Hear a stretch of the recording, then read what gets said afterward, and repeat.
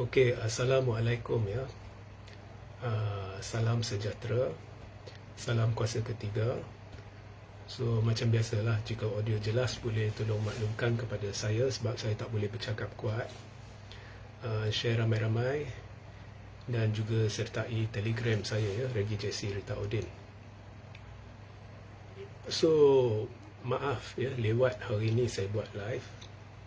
Saya akan buat 2 live. Mungkin satu lagi pukul 6 lebih ke 8 lebih ke ya.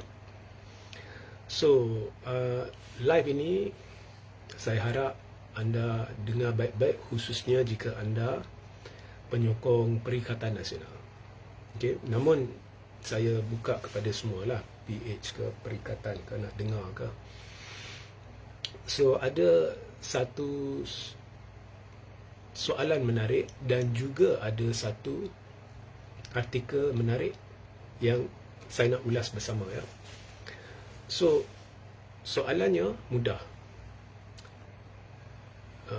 Saudara RJR sudah tentu tahu rasa tidak puas hati terhadap kepimpinan Anwar sudah meningkat ya, makin meningkat. Bolehkah Anwar digulingkan? Okey, itu soalannya. Okey.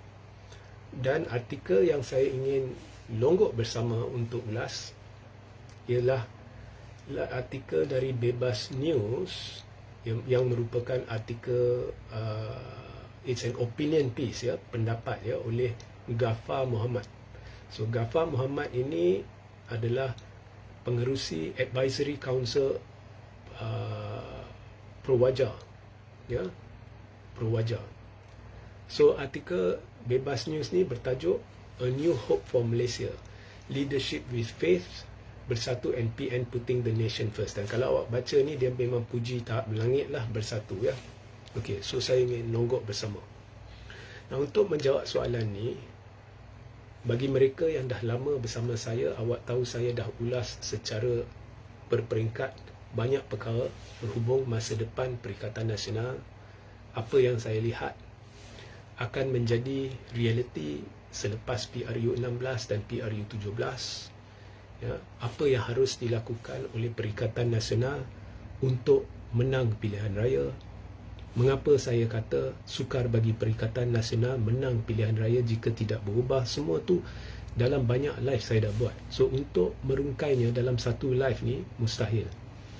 Tetapi saya beri poin-poin utama yang menjawab soalan rasa tidak puas hati sudah meningkat, jadi boleh tak Anwar digulingkan, dan pujian melangit yang diberikan oleh Ghaffar Muhammad akan saya ulas ya. Now, mula-mula awak perlu faham satu perkara. Untuk live ini saya pilih beberapa poin untuk menjelaskan naratif saya ya. Kita mulakan dengan sokongan Melayu Islam. Sokongan Melayu Islam bertambah kepada Perikatan Nasional selepas pada PRU 15 ya. Pada PRU 15 sokongan Perikatan Nasional di kalangan orang Melayu meningkat. Okey. Dan di situ orang kata ada gelombang biru hijau atau gelombang hijau lah ya, kalau ikut definisi DAP. Okey. Now, gelombang yang berlaku ini bukannya disebabkan satu kehebatan strategi semata-mata ya. Memang ada pakar strategi dalam Perikatan Nasional yang telah menyumbang kepada peningkatan itu, tetapi ia berlaku secara organik. Maknanya ia berlaku secara semula jadi. Ini bukan faktor Najib, ini bukan faktor Zahid, ini bukan faktor sesiapa. Ini faktor semula jadi. Mungkin Zahid telah mempercepatkannya, Najib telah mempercepatkannya, tetapi secara am, sejak khususnya ya, sejak PRU 1990 sudah mula peningkatan dalam penolakan terhadap UMNO semenjak 1990. Dan apa yang menarik ialah, ini dia ya,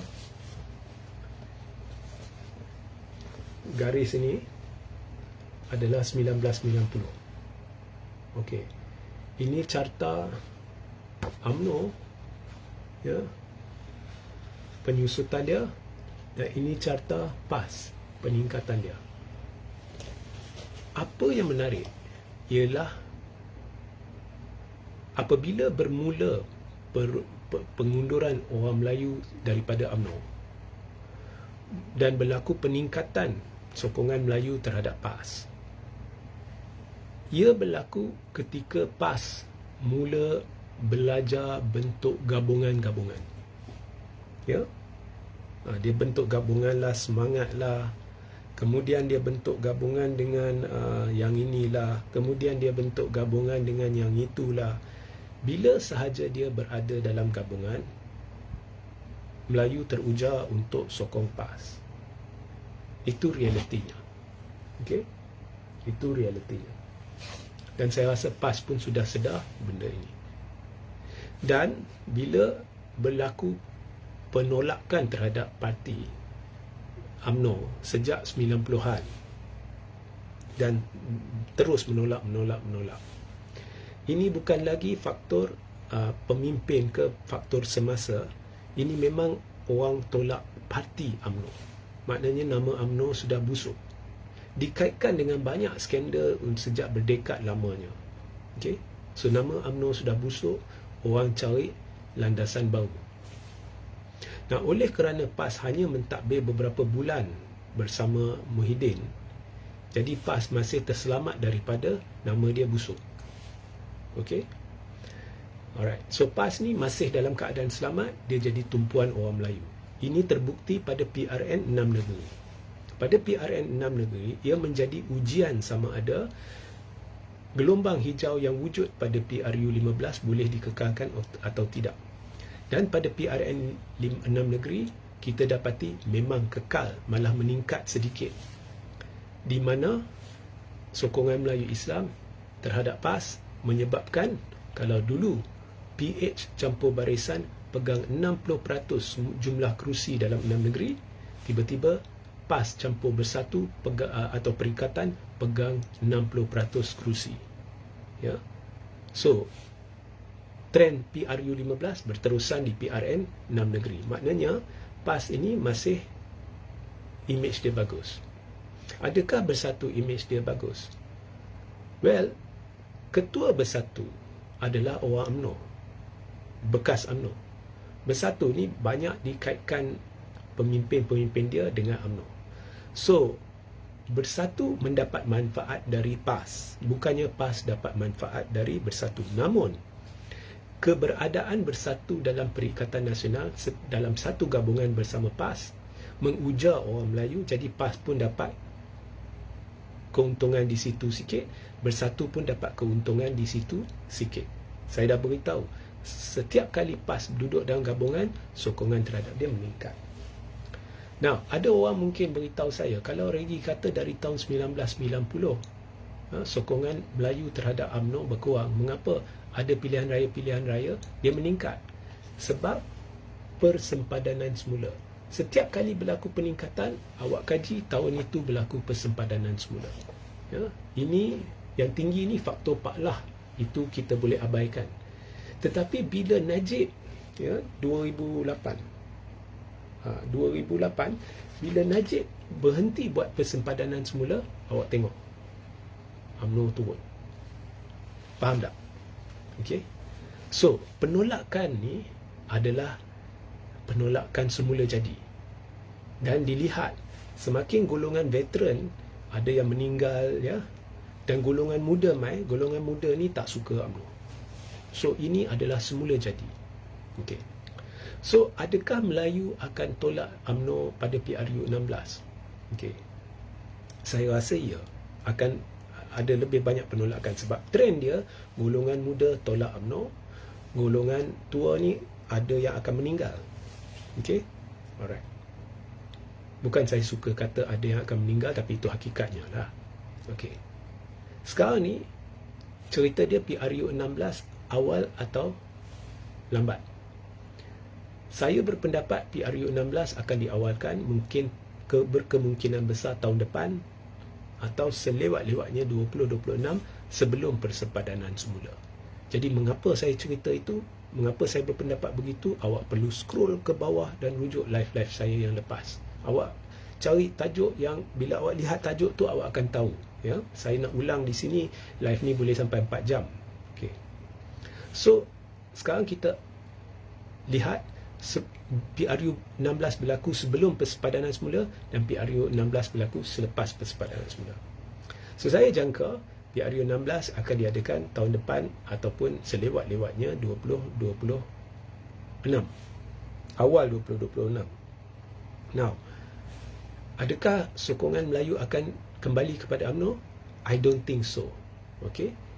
Dalam keadaan UMNO setia kepada perjuangan dia terhadap agama, bangsa dan negara, dah berdekad lamanya dia mengalami penyusutan sebab semula jadi Melayu golongan muda tolak UMNO. Kini tambah pula dalam zaman UMNO bekerjasama dengan DAP, saya rasa penolakan bersihnya akan bertambah. Okey. So dari sudut itu UMNO is in trouble. Okey. Daripada 26 kerusi dia akan jatuh kepada 10 kerusi kalau ikut logik itu. Okey. Tapi saya dah jelaskan sebab itu UMNO bersama Pakatan Harapan, mereka berfikiran jauh, Zahid berfikiran jauh dan strategi memang hebat. Dengan kerjasama menerusi kerjasama UMNO dengan PH, jika UMNO berjaya pecahkan benteng pemisah antara pengundi tradisi dia dengan pengundi tradisi PH, iaitu Cina, maka UMNO akan dapat kembali sokongan Cina. Dan oleh kerana ada MCA dalam Barisan Nasional, maka MCA akan dapat kembali sedikit sebanyak sokongan Cina. Itu yang Zahid mahu. Sebab Zahid faham hakikat bahawa penolakan terhadap UMNO meningkat. Jadi untuk beri gambaran bahawa orang dah makin terima UMNO, perlu ada sokongan Cina. Untuk dapatkan sokongan Cina, perlu pecahkan benteng pemisah antara pengundi tradisi UMNO dan pengundi tradisi PH. So misi pertama Zahid, saya berpendapat, adalah untuk dapatkan kembali sokongan Cina. Adakah dia berjaya? Mula-mula tak berjaya. Pilihan raya 6 negeri tak boleh. Orang PH tak mahu sokong calon UMNO. PRK orang PH tak mahu sokong calon UMNO. Kemudian di mahkota mereka berkempen sebagai jentera perpaduan. Tidak ada jentera barisan, tidak ada jentera pakatan, dia jentera perpaduan. Dan buat pertama kali DAP dan MCA dilihat berkempen bertungkus lumus di mahkota. Apa yang terjadi? Orang Cina teruja. Sekarang kuasa Cina lebih besar, suara Cina lebih besar, lebih ni. Dia teruja. Bila dia teruja, tiba-tiba benteng pemisah antara penyokong tradisi UMNO dan penyokong tradisi PH dipecahkan. Yang kita tidak jangka akan berlaku, telah berlaku. Dan akhirnya Cina PH seketui yang pada 2022 menyokong PH, mereka telah menyokong UMNO. Sokongan Melayu terhadap UMNO tidak berubah. Sokongan Melayu terhadap Perikatan tidak berubah. Ya, tetapi seketui yang sokong PH pada 2022 telah menyokong calon UMNO. Maka benteng itu sudah pecah dan ini menandakan juga Cina sudah terpengaruh dan MCA dapat manfaat daripada itu. Okey. Bila benteng ini pecah, so pada PRU 16, ya, jika UMNO menumpukan jentera-jentera dia kepada kerusi-kerusi target yang penting, okey, kalau majoriti dah besar, mereka hilang sokongan Melayu, majoriti akan menyusut. Tapi tak kalahlah, mereka tak bimbang. Tapi mereka akan fokus kepada kerusi-kerusi target di mana dijangkakan sama ada UMNO menang tipis atau kalah tipis. Okey? Dan di kerusi-kerusi itu, walaupun sokongan Melayu merosot, tetapi dengan adanya sokongan tambahan Cina, mereka boleh menang. Jadi, kalau dulu tadi saya kata pada PRU 16 disebabkan sokongan Melayu merosot, UMNO akan jatuh dari 26 kepada 10. Sekarang dengan berjaya dipecahkan benteng ini, UMNO boleh naik dari 26 kepada mungkin 32, 33. Kalau PRU 16 berlaku lagi lama, lagi banyak dia boleh naik. So UMNO boleh meningkat, MCA pun boleh meningkat. Mungkin Barisan Nasional dapat 10 kerusi, 8 hingga 10 kerusi tambahan kalau PRU 16 dalam masa terdekat. Now, adakah perikatan ada kekuatan itu? Setakat ini tidak ada. Dia belum berjaya pecahkan benteng pemisah antara penyokong tradisi dia dengan penyokong tradisi PH. Jadi bila perikatan tidak ada kehebatan itu, perikatan juga akan menunjukkan peningkatan. Kalau contohnya penyokong Melayu bertambah pada PRU 16 sebab tak puas hati kan, perikatan mungkin dari 74 kerusi boleh dapat 80 kerusi sebagai contoh. Tetapi kerusi itu nak datang dari mana? Kerusi itu sebahagian besarnya nak datang dari UMNO. Tetapi UMNO dia dah boleh tambah kerusi sebab dia dapat sokongan Cina. So walaupun sokongan Melayu terhadap perikatan meningkat, ya, tetapi dia kalau nak curi kerusi, dia kena curi dari UMNO. Tapi UMNO akan tetap menang kerusi-kerusi di mana majoriti dia di tempat-tempat tertentu yang perikatan mahu. Walaupun Melayu telah pergi beralih ke perikatan, tetapi jika Cina di kawasan itu cukup besar, UMNO tetap akan menang. Jadi perikatan tidak akan berjaya menang sehingga 80 ke 85 kerusi. Kalau akan berkurang, ya, maknanya mungkin perikatan kalau harap kerusi-kerusi UMNO, dia mungkin naik 3-4 kerusi ke 2-3 kerusi je. Dari 74 mungkin dapat 76-77 je. Faham? Okey. Bagaimana dengan PH? Okey. Perikatan boleh cuba curi Melayu daripada PH sebab rasa tidak puas hati meningkat. Tetapi PH ni kalau orang Melayu ni lebih kepada PKR dan amanah. Dan kerusi-kerusi yang dimenangi oleh PKR ni, majoritinya, bukan semua, tapi majoritinya majoriti besar. Jadi kalau perikatan nak curi kerusi pun, dia kena curi dari tempat-tempat yang majoriti kecil atau tipis. Boleh tak? Okey. Sekarang ni benteng pemisah antara penyokong tradisi UMNO dengan PH sudah dipecahkan.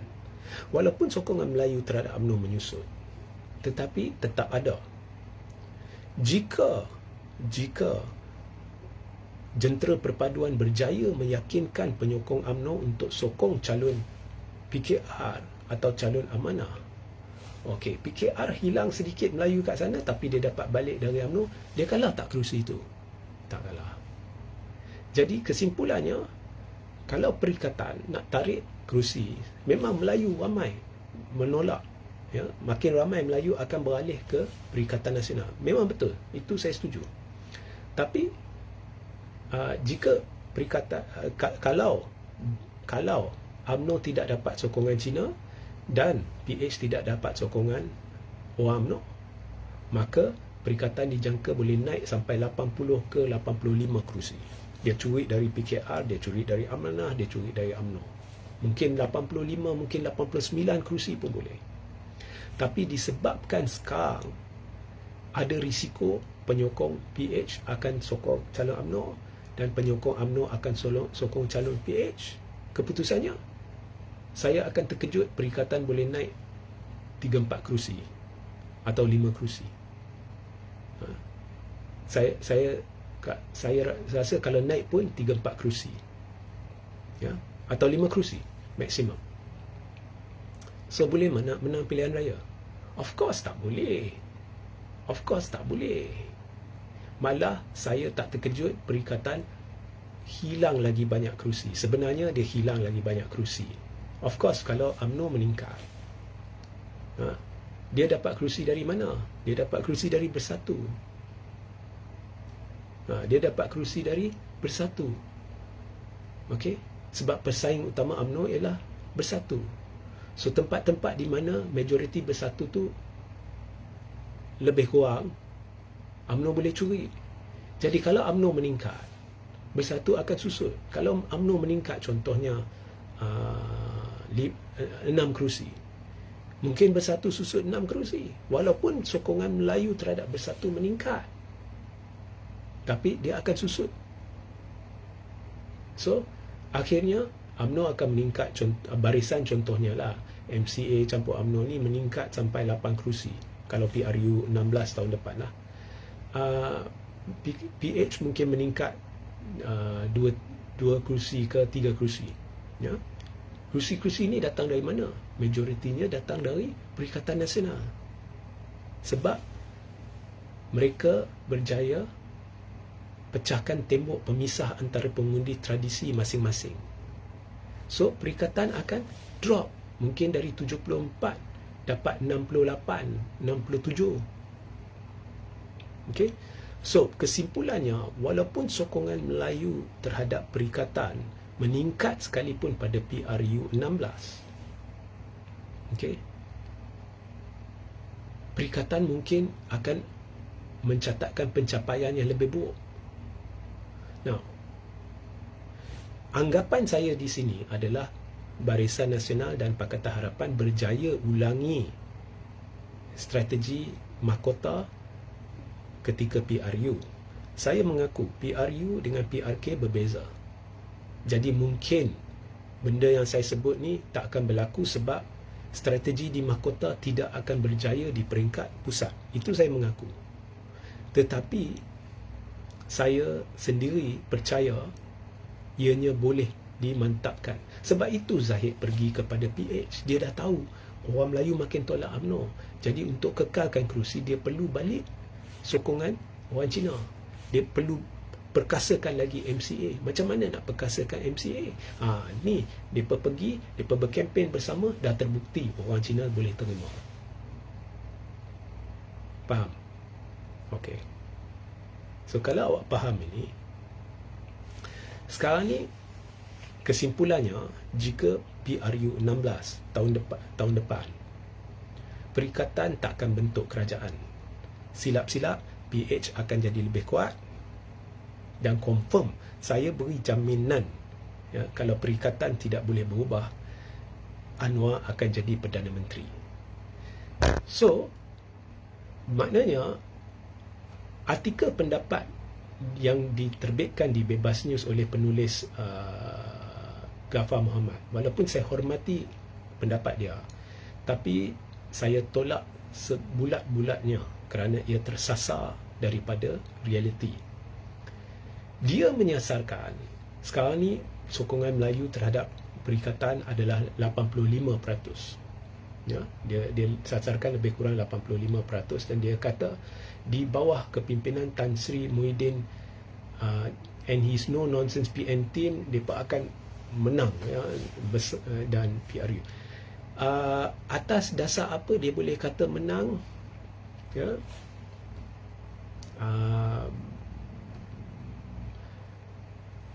I think ini halusinasi, tak logik, ya, tak logik. Okey, tak impossible. Saya beritahu sekarang, impossible. Okey, UMNO akan kerjasama dengan PH, melainkan tiba-tiba Zahid kata, oh saya nak kerjasama dengan Muhyiddin, ya, itu lain. UMNO akan kerjasama dengan PH. Jika UMNO teruskan kerjasama dengan PH, impossible. Okey, impossible. Itu baru satu. Kedua, soal adakah Yang di-Pertuan Agong lah ni akan terima Muhyiddin sebagai Perdana Menteri. Itu lagi satu soal. Okey, tapi impossible. Ini khayalan. Malah kalau awak lihat penjelasan saya tadi, perikatan akan merosot jika UMNO berjaya ulangi kejayaan kempen perpaduan di mahkota di seluruh negara. So, satu matlamat Zahid telah tercapai, iaitu pecahkan benteng, supaya walaupun sokongan Melayu pergi ke perikatan, tapi dia boleh kekalkan kerusi, malah silap bulan boleh tambah kerusi. Nampak? Begitu juga Pakatan Harapan. Pakatan Harapan pegang UMNO sebab apa? Dia dah tahu dia dah maksima. Sebenarnya Pakatan pun sedang hilang sokongan Melayu.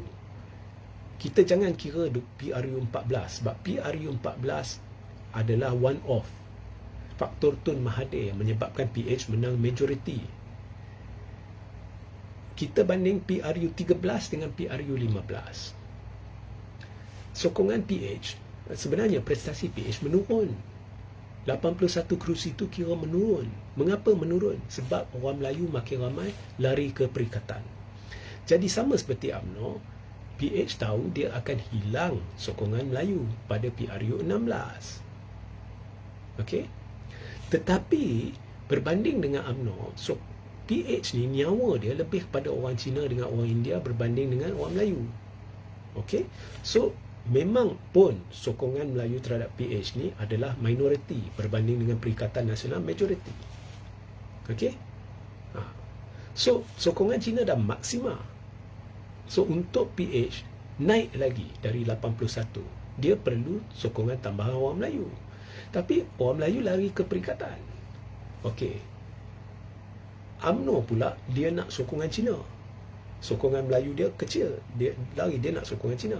PH nak sokongan Melayu tambahan. Jadi dia perkahwin lah. So UMNO dapat manfaat daripada sokongan Cina supaya dia boleh kekalkan kerusi-kerusi dengan majoriti tipis dan dan juga curi kerusi daripada Bersatu menerusi sokongan Cina. PH pula walaupun sedikit Melayu dia memang tak ramai berbanding dengan Perikatan.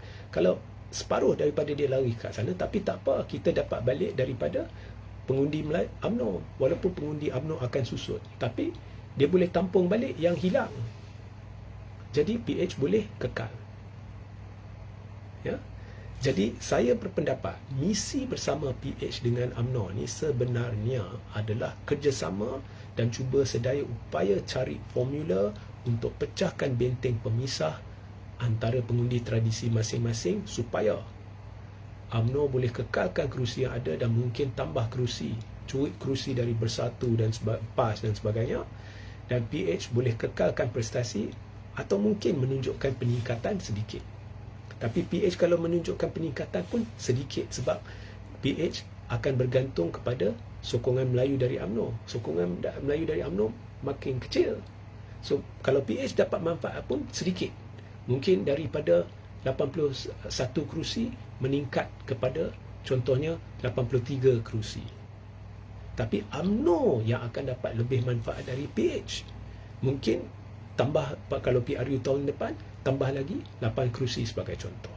5 hingga 8 kerusi sebagai contoh. Perikatan akan turun walaupun Melayu setengah sokong dia, prestasi dia akan turun. Ya. Faham tak? Okey. So PH dengan UMNO bijak. Jadi kunci dia pada PRU 16 adalah penyokong Cina. Now, kalau kita ikut pendapat Ghaffar ni, kalau kita ikut pendapat Ghaffar ni, Perikatan dah dapat 85% pada PRU 16 or something like that. Okay. So dia boleh menang besar. Betul ke? Betul ke?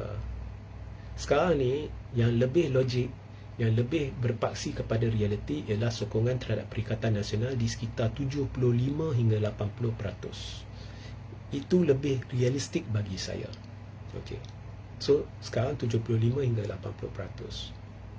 So katakan Perikatan nak bergantung kepada pengundi Melayu sahaja untuk menang PRU 16. Okey.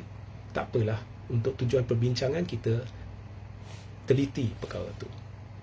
Jadi kalau sekarang dah 74 kerusi, untuk nak dapatkan jauh lebih banyak kerusi sehingga Perikatan tak payah bergantung kepada UMNO, tak payah bergantung kepada PH, boleh terus pergi runding dengan Sabah dan Sarawak.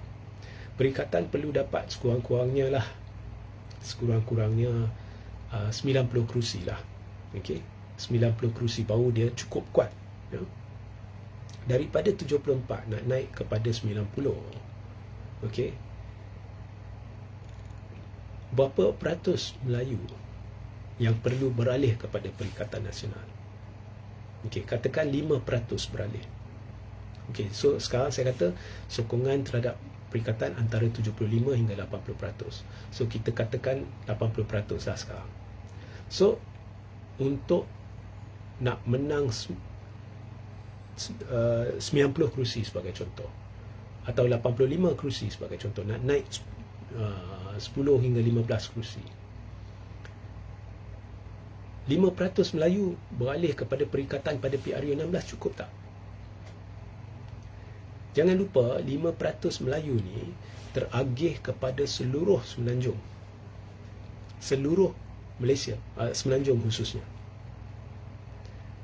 diagih kepada 222 kerusi.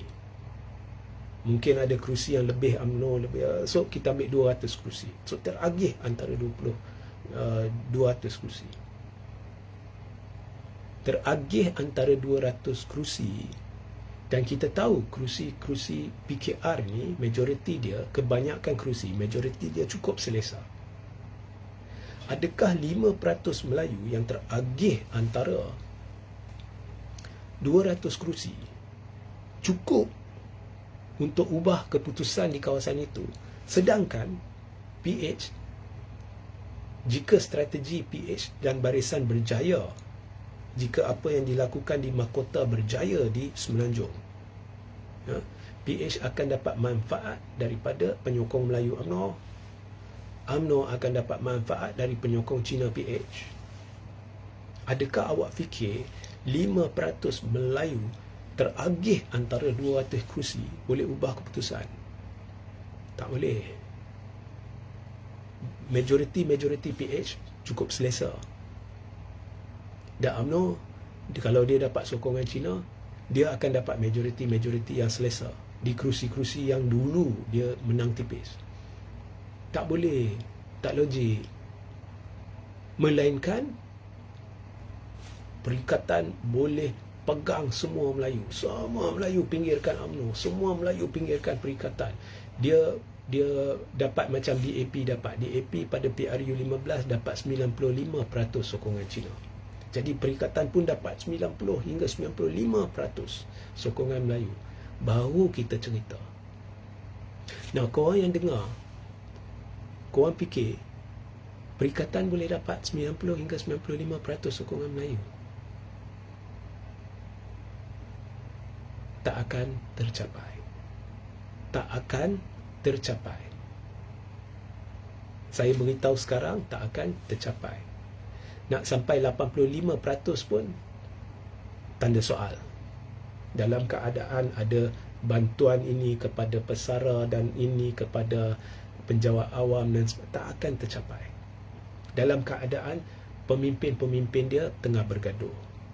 Saya lihat perikatan sudah sampai maksimal.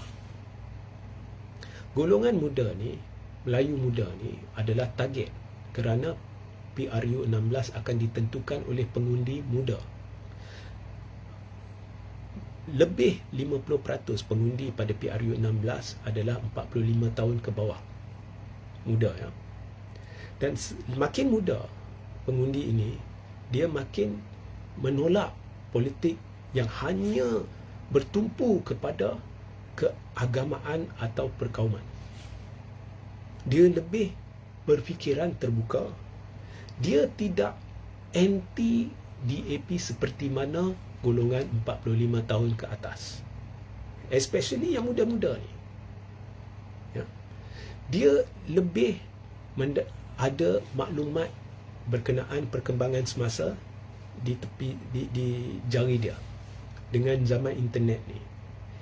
Dia lebih kepada, okey, ini kita terima hakikat ini adalah negara berbilang kaum, walaupun ini tanah Melayu tetapi penduduk dia berbilang kaum. So perlu melihat juga, ya, dari sudut masyarakat majmuk. Mereka lebih kepada, kami nak dengar apakah dasar Perikatan Nasional untuk mengatasi masalah ini, masalah itu, harga kos, harga ini. Bukan main serang sahaja. Mereka tidak kisahkan kisah-kisah DAP keluar kenyataan beracun. Kalau awak tanya mereka, mereka memang sokong perikatan.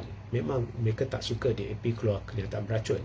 Tetapi mereka lebih rasional dalam pemikiran dan ramai beritahu saya juga ada kalanya PAS pun keluar kenyataan ekstrim. Dan PAS tidak menonjolkan bahawa mereka adalah untuk rakyat Malaysia. Jangan lupa, tunjang Perikatan Nasional bukannya bersatu. Tunjang Perikatan Nasional adalah PAS. Melayu bersama perikatan kerana khas PAS. Cuma sokongan terhadap perikatan juga disebabkan pengujaan kerana PAS dan bersatu bersama atas dasar penyatuan Melayu. Okey. So, mereka lebih kepada pemikiran mereka berbeza. Bukan seperti pemikiran zaman-zaman lama, zaman Hadi, zaman Muhyiddin dan sebagainya. Ya. Jadi, mereka hendak satu pembaharuan. Dan seperti perbincangan saya, setiap pilihan raya, prestasi PAS meningkat sebab golongan muda tolak UMNO dan golongan muda tarik perikatan. Jadi awak tahu, kekuatan PAS meningkat, kekuatan perikatan meningkat sebab golongan Melayu muda. Dan awak tahu, golongan Melayu muda semakin menolak UMNO.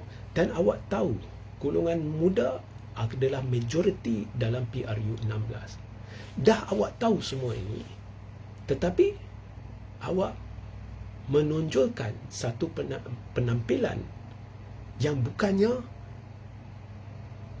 mampu menarik orang pengundi muda yang menyokong PH supaya sokong perikatan dengan kadar yang lebih tinggi daripada sekarang.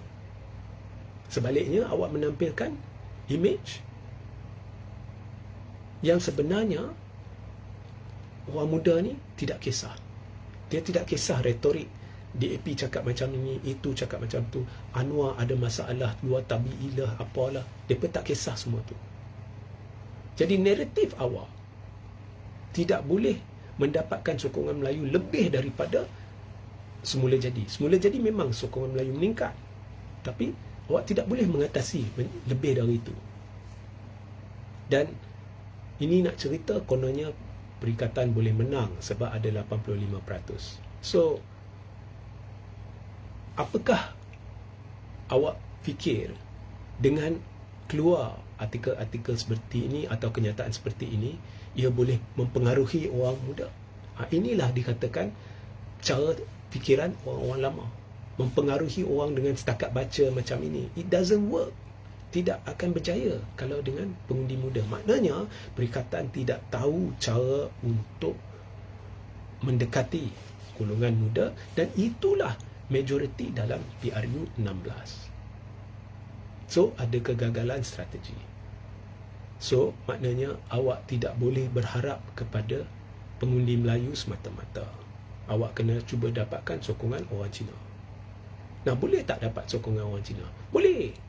Sebab mahkota dengan Sungai Bakap telah menunjukkan sudah ada rasa tidak puas hati orang Cina terhadap DAP. Berlaku boikot besar-besaran orang Cina buat kali pertama semenjak hampir 20 tahun, dan ini terbukti di mahkota dan Sungai Bakap. Kalau boikot dia 20 hingga 30% saja, kita boleh kata ini PRK tak sama dengan PRU. Tapi boikotnya melebihi 50%. Itu menunjukkan benar-benar ada rasa tidak puas hati dan mungkin sudah wujud satu jalur pengundi atas pagar Cina. Now, kalau awak ikut sejarah pengundian orang Cina, sekali dah ada atas pagar, memang mereka akan bertahan di situ untuk satu tempoh yang agak lama. Sekurang-kurangnya 10 tahun. Jadi, awak perlu cuba dapatkan pengundi atas pagar Cina itu. Tapi, kalau kita lihat penulisan, kalau kita lihat retorik pemimpin PAS, kalau kita lihat retorik pemimpin Bersatu, ianya sedikit pun tidak mampu tarik pengundi Cina. Sedikit pun. Sedikit pun tidak menunjukkan bahawa ini adalah parti untuk semua. Sedikit pun tidak selaras dengan cara pemikiran golongan muda. Kerana pengundi Cina atas pagar ni pun majoritinya golongan muda. yang dah frust dengan Anwar dan DAP. So, adakah pengundi-pengundi muda ni yang sudah terdedah dengan Hadi, sudah terdedah dengan Muhyiddin dan sudah lihat itulah cara pemikiran mereka, akan datang sokong Perikatan Nasional? Tidak. Sebab itu, di Sungai Bakap, di Mahkota, mereka duduk atas pagar dan mereka duduk di rumah. Mereka tidak mahu undi perikatan. Jadi, untuk tarik pengundi itu, apa yang perlu dibuat? Perlu kakis imej lama. Kakis imej lama macam mana? Pertama, parti itu, muka parti itu perlu diubah. Muka parti lazimnya siapa? Presiden parti. Parti perlu dijenamakan semula. Hala tuju dia, retorik dia. Ya? Kalau ada yang masih berangan-angan seperti dalam penulisan ini, bahawa kepimpinan Muhyiddin telah mantap dan kini membawa perikatan kepada jalan yang lebih ini dah kira propaganda. Mungkin propaganda dari belah Muhyiddin, saya tak tahulah. Ini propaganda. Hakikatnya, Bersatu selepas PRU 15 pun sudah dibelengui pelbagai masalah, pengkhianatan. Dan antara yang mengkhianati itu, bila ditanya, sumber-sumber dalaman beritahu ada juga sebab Muhyiddin. Mereka tak mahu Muhyiddin. So you have to face reality. Dah gagal. Dan kita lihat dua calon Bersatu di dua PRK ditolak. Dan kita lihat ada protes dari orang Melayu juga. So, mana indikator ada kejayaan dari Bersatu? Selagi Perikatan Nasional tidak mampu berdepan realiti dan berubah, okay, dia akan merosot. Dan pada PRU 16, PH akan menang lebih besar. Ini belum cerita persempadanan semula. Saya tak mau cerita persempadanan semula dalam live ni, saya sudah jelaskan dalam live-live terdahulu. Kalau kita masuk persempadanan semula, Bersatu bungkus. Bungkus terus. Saya tak tahulah ada perbincangan rahsia antara Bersatu dengan UMNO sehingga dia begitu yakin, itu saya tak tahulah. Kalau ada perbincangan rahsia dan tiba-tiba pada PRU 16 Zahid berpaling tadah dan UMNO bersama Bersatu, itu cerita lain lah. Tapi saya tak jangka benda tu akan berlaku. Dan Perikatan tengah mimpi indah. Bersatu tengah mimpi indah. Sebenarnya dah tamat. Dah hujung jalan dah. Kalau dari sudut nak mentadbir semula negara kan, Bersatu dah hujung jalan dah. Ya? So you either change the leadership, jenamakan semula. Masa dah suntuk. Masa dah suntuk. Terlalu suntuk. Terlalu suntuk. Sebab penjenamaan semula ni bukan mudah, khususnya dalam parti-parti yang dah pekat dengan pemikiran cara lama. So either change, either you all bangun, buka mata dan tekan untuk perubahan, atau berdepan realiti bahawa apa yang kita lihat sekarang adalah masa depan. Ya. Sebab mereka bijak strategi. Zahid, Anwar, mereka bijak. Mereka gagal banyak kali, especially Anwar. Dalam setiap gagalan tu mereka belajar, mereka berubah. Sekarang mantap. Perikatan ni, dia strategi dia cara lama. Nak jaga sensitivity sini, nak jaga sensitivity sana, nak ya, cara lama. Tak boleh berubah. Sampai bila Zahid bekerjasama dengan PH, alasan yang diberi bila mereka kritik Zahid pun salah sebenarnya. Mereka tak faham sebab Zahid bekerjasama. Sebabnya kita lihat di mahkota untuk dapatkan balik undi Cina. Of course, sebab kedua Zahid bekerjasama dengan PH ialah dia nak persempadanan semula. Dia nak buat tuntutan kerusi bagi UMNO. Kalau dia bersama perikatan, dia buat tuntutan, takkan Bersatu nak bantu Zahid besarkan pegangan undi Melayu dia, dan Bersatu nak korbankan pegangan undi Melayu dia. Ya. UMNO sudah muak dengan Bersatu. Masa UMNO bersama Bersatu dulu, bila ada PRK dan sebagainya, bila ada perundingan kerusi PRU, Bersatu tidak mahu korbankan kerusi-kerusi tertentu, tidak mahu bertolak ansur dengan UMNO. Dengan PH, UMNO boleh demand. PH boleh sahaja bantu pecahkan kawasan-kawasan Bersatu kepada kawasan-kawasan yang lebih kecil, supaya UMNO boleh bertanding di situ, dan tambah dengan sokongan Cina, UMNO boleh rampas banyak kerusi Bersatu dan kembangkan sayap dia lepas persempadanan semula. Ya. So, saya nasihatkan, sama ada pemimpin Bersatu ke, orang-orang yang mungkin pro Bersatu ke, atau penulis-penulis yang berkait dengan Muhyiddin ke, berhentilah bermimpi di siang hari, berdepan realiti, jangan bohongi penyokong. Saya bukan merujuk kepada penulis ini, saya tak kata dia bohong ke apa. Ini pendapat dia, saya hormati pendapat dia. Tetapi sebagai pembaca, saya nampak, saya merasakan kandungan bersifat propaganda.